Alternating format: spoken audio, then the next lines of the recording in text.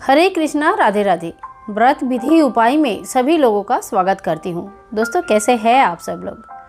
आज हम बात करेंगे पुत्रदा एकादशी के ऊपर। कब रखा जाता है, व्रत कैसे रखेंगे, किन की पूजा करनी चाहिए, कौन कौन ऐसे हैं जिनको ज़रूरी होती है पुत्रदा एकादशी की पूजा करना। तो चलिए शुरू करते हैं आज का वीडियो। पौष मास के शुक्ल पक्ष की एकादशी को पुत्रदा एकादशी कहा जाता है। पुत्रदा एकादशी साल में 2 बार आती है, एक बार पौष मास के शुक्ल पक्ष में, एक बार श्रावण महीने की शुक्ल पक्ष में। पुत्रदा एकादशी साल के पहली एकादशी है, यानी कि इंग्लिश कैलेंडर के हिसाब से जो जनवरी में पहली एकादशी आएगी वो पुत्रदा एकादशी है। जान लेते हैं पुत्रदा एकादशी। इस बार पुत्रदा एकादशी के साथ साथ वैकुंठ एकादशी भी है, तो इस एकादशी का बहुत ज़्यादा महत्व हो चुका है। और भी इसमें एक खास योग बन रहा है जो कि गुरुवारी एकादशी है। अगर कोई भी एकादशी का व्रत गुरुवार के दिन आता है तो वो बहुत ज़्यादा खास हो जाता है। हर एकादशी में भगवान विष्णु जी की पूजा की जाती है। पुत्रदा एकादशी के दिन भगवान विष्णु जी के साथ साथ श्री कृष्ण तथा उनके बाल स्वरूप लड्डू गोपाल जी की बड़ी विधि विधान से पूजा करते हैं। जो भी दंपति पुत्र प्राप्ति की इच्छा रखते हैं, जो भी दंपति को संतान नहीं है, वो जरूर इस व्रत को करे।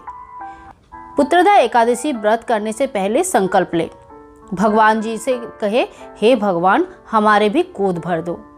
और फिर संकल्प लेके फिर भगवान जी को, हम आपके चरणों में, आपके शरण में आए हैं, हमारा भी गोद भर दे।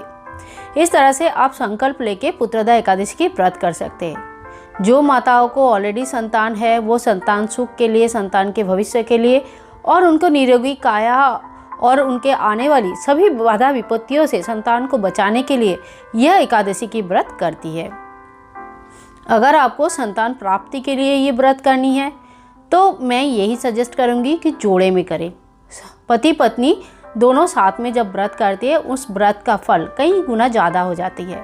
जबकि अकेले अगर किसी के लिए संभव नहीं है, बिल्कुल, बहुत माताएं ऐसे हैं जिनकी हस्बैंड जो है ये सब चीज़ों में या तो विश्वास नहीं करते हैं या तो फिर उनको समय नहीं होती है, पर कोई भी कारण होता है तो नहीं कर पाते हैं। ऐसे में आप अकेले भी इस व्रत को रख सकते हैं, पर अगर संभव है तो जोड़े में रखें। पुत्रदा एकादशी के व्रत सिर्फ संतान के लिए नहीं, जो इस व्रत को रखते हैं उनके लिए भी बहुत महत्वपूर्ण होते हैं। कहते हैं कि एकादशी के व्रत के जैसा महान व्रत और कोई नहीं, सबसे श्रेष्ठ व्रत माना जाता है एकादशी के व्रत को। आइए जान लेते हैं एकादशी के व्रत कब से शुरू हो रही है। एकादशी के व्रत शुरू हो रही है, टाइम जो होता है, टाइम शुरू हो रहा है 12 जनवरी 2022 शाम को 4:49 से शुरू हो जाएगी और ये समाप्त होगी 13 जनवरी 2022 शाम को 7:32 पर। 13 जनवरी के दिन सूर्योदय के तिथि के साथ पूरे दिन एकादशी का जो समय हमें मिल रही है, इसके लिए 13 जनवरी को पूरे देश भर में पुत्रदा एकादशी की व्रत मनाई जाएगी। एक तो गुरुवार ऊपर से एकादशी, बहुत ही शुभ संयोग है। इस संयोग में संकल्प लेके पूरे मन और विश्वास से भगवान जी के सामने प्रार्थना करें कि हे भगवान हमें भी एक संतान दे दो, तो आपकी मनोकामनाएं जरूर पूरी होगी। 12 तारीख को दशमी है। दशमी के दिन से ही आपको नियम थोड़ा मान लेना पड़ेगा, जैसे शाम के बाद खाना नहीं खाना है, अन्न का भोग ग्रहण नहीं करना है। दशमी के दिन रात शाम के बाद से लेकर एकादशी के पूरे दिन चावल खिचड़ी इस तरह का कोई भी चावल के रिलेटेड चीज़ें नहीं लेनी है। फल ले सकते हैं, दूध ले सकते हैं जो लोग बिल्कुल उपवास नहीं कर पाते हैं। बाकी अगर उपवास कर पाते हैं तो बहुत अच्छा है। 14 तारीख को द्वादशी के दिन पारण होगा। पारण के समय जान लेते हैं, सुबह 7:15 से लेकर 9:21 के अंदर पारण करना है। अब इसी दिन मकर संक्रांति भी है। 14 तारीख को मकर संक्रांति है, इसीलिए बहुत लोगों का मकर संक्रांति के भी व्रत रहते हैं। तो वो पारण कैसे करेंगे? पारण के जो समय है उसी समय एक तुलसी दल और थोड़ा सा जल लेके पी लीजिए। तुलसी दल जो पत्ते हैं उनको निगल लीजिए, चबाना नहीं है, तुलसी के पत्ते कभी नहीं चबाया जाता है। और इस तरह से पारण कर लीजिए।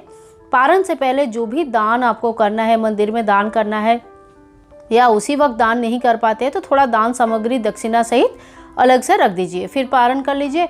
फिर आगे आपका जो भी व्रत है, अगर व्रत रखते हैं तो वो व्रत का कंटिन्यू कर सकते हैं। अब आते हैं पूजा विधि। सभी एकादशी की तरह इस एकादशी में भी भगवान विष्णु की बड़े विधि विधान से पूजा करना है। आप चाहे तो अलग से पाटा लगा के भगवान विष्णु की मूर्ति या फोटो स्थापन कर सकते हैं, या तो फिर आपके अपने मंदिर में भी पूजा कर सकते हैं। अगर विग्रह है तो पंचामृत स्नान करवाए, पीला वस्त्र पहनाए और नया वस्त्र, इस समय बहुत लोग नया वस्त्र भी चढ़ाते हैं। भगवान विष्णु जी की विधिवत पूजा करें, पीले फल, पीले फूल, पीला मिठाई की भोग चढ़ाए।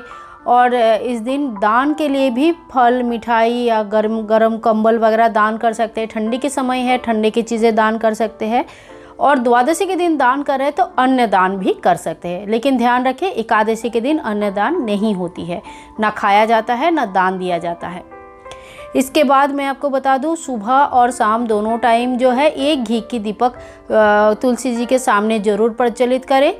अगर संभव है तो अपनी मनोकामनाएं तुलसी जी के सामने ज़रूर बोले। तुलसी जी के सामने जो मनोकामनाएं सात्विक तरीके से बोला जाता है, मान्यता अनुसार वो जरूर पूरा होते हैं। माता सबकी इच्छा पूरी करती है, बस आपकी इच्छा सात्विक होना चाहिए।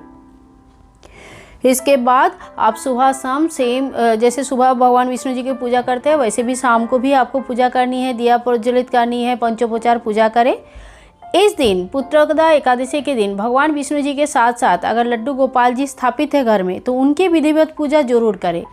अगर ठंडा है, आपको ऐसा लगता है तो पंचामृत स्नान नहीं करवानी है तो कोई बात नहीं, हल्का गुनगुना पानी में गंगा जल मिक्स करके उनको अच्छे से स्नान करवाए और नया वस्त्र या अच्छा कोई वस्त्र जरूर धारण करें।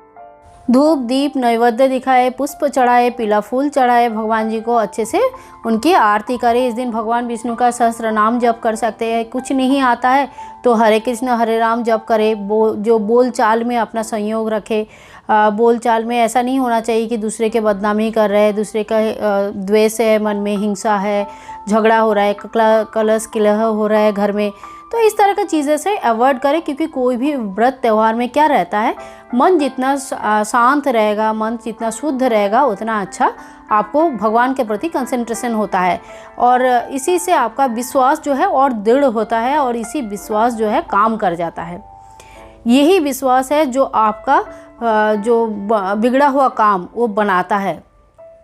तो आप खुद चीज़ों को पहले कुछ चीज़ों को जो परहेज़ करना है वो परहेज़ करके अपने आप को बहुत ही ज़्यादा कंट्रोल कीजिए। अपने अंदर का चीज़ों को कंट्रोल कीजिए। गुस्सा आया तो थोड़ा कंट्रोल कर लीजिए, थोड़ा सा मौन व्रत धारण कर लीजिए। ठीक है, पूरा दिन नहीं कर सकते, थोड़े टाइम के लिए, थोड़े टाइम के लिए मौन व्रत ले लीजिए कि कोई कुछ भी बोल रहा है मैं नहीं बोलूँगी। इससे क्या होता है ना, बहुत सारी चीज़ें कंट्रोल हो जाती है। तो चलिए आप कथा सुन लेते हैं और इस तरह से आपको पूजा करनी है। पूजा विधि मैंने पूरा बोल दिया है। आप कथा सुन लेते हैं। बहुत छोटी सी कथा है, ध्यान से सुने। और जब भी आप पूजा करेंगे तो पुत्रदा एकादशी की कथा सुनना बहुत आवश्यक है। कभी कभी होता है हम लोग पहले ही कथा सुन लेते हैं या हमें पता है करके हम कथा नहीं सुनते हैं, तो ऐसा नहीं करना चाहिए। जब पूजा हो जाएगी शाम को तब एक बार कथा पूजा के बाद जरूर सुने। किसी समय भद्रावती नगरी में सुकेतु नामक एक राजा राज्य करते थे। राजा तथा उनकी स्त्री अत्यंत दानशील थे तथा धर्मात्मा भी थे। संपूर्ण राज्य में खजाना धन धान्य से पूर्ण था, पर इसके बावजूद राजा और रानी संतानहीन थे। इसके कारण उनको अत्यंत दुख होता था, बहुत ही समय दुखी रहते थे। एक बार दोनों ने राज्य का सभी भार मंत्रियों के ऊपर छोड़कर वनवासी हो गए और आत्महत्या करने की ठान ली। लेकिन उन्हें सहसा याद आया कि आत्महत्या करना तो बहुत बड़ा पाप है, इसके जैसा पाप कोई दूसरा नहीं।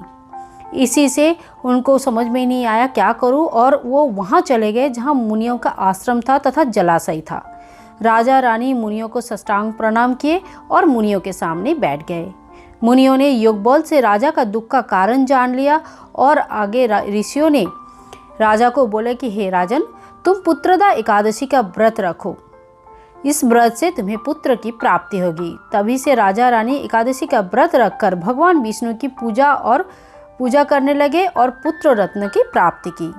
तो ये थी छोटी सी एक पुत्रदा एकादशी की व्रत कथा। व्रत कथा पूजा के बाद जरूर सुने। वीडियो अच्छी लगी है तो एक लाइक जरूर करें। चैनल को सब्सक्राइब करके रखें ताकि आगे आने वाली वीडियोस में आप और हम कनेक्टेड रहें। अपना ख्याल रखें, अपनों का ख्याल रखें और वीडियो को ज़्यादा से ज़्यादा शेयर करें ताकि वो भी पुत्रदा एकादशी की व्रत बड़ी सरल तरीके से कर सके और किसी न किसी के तो उपकार में ज़रूर आएगा, इतना मेरा विश्वास है। आज के लिए इतना ही, मिलते हैं नेक्स्ट वीडियो में, तब तक के लिए विदाई दे। हरे कृष्णा, राधे राधे।